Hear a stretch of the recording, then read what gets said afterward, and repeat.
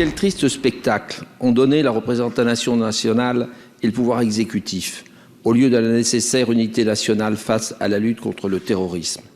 Symptôme d'une époque qui valorise le sensible, l'émotion se met au service de l'argumentation. Et on en perçoit les limites.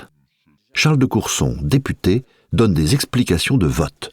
La déchéance de nationalité limitée aux seuls binationaux, soit 5% de nos concitoyens, telle qu'elle était prévue dans le projet initial du gouvernement, était inacceptable parce qu'elle était contraire à l'unité de notre nation. Cela commence par des arguments, discours classiques d'opposants. L'explication se prolonge en un double récit de vie personnelle où l'histoire de la famille se confond avec celle de la nation. Voter pour ce texte, c'était trahir la mémoire de mon grand-père. Le verbe « trahir » déclenche l'émotion. L'atout est une barrière protectrice dérisoire contre l'épanchement qui s'annonce. Député de la Nation, mort à Neuengamme, et qui avait voté contre les pleins pouvoirs au maréchal Pétain parce qu'il était contre le sabordage de la République. L'irruption de l'histoire privée coïncide avec le déraillement de la voix. Le corps prend le dessus. C'est le souvenir intime qui justifie la prise de position. Arrive le second temps de l'argumentation.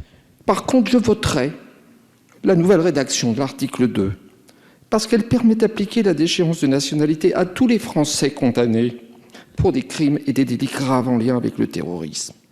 Là encore fondée sur une histoire personnelle.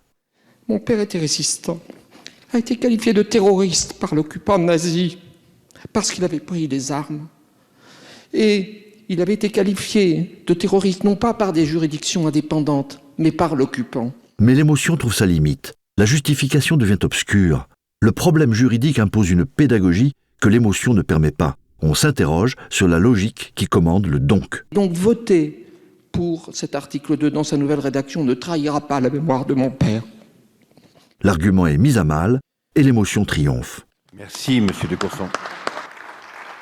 En somme, Charles de Courson met le pathos au service de la parole politique. Le récit devient argument et fait surgir l'émotion, au risque d'altérer la logique du raisonnement.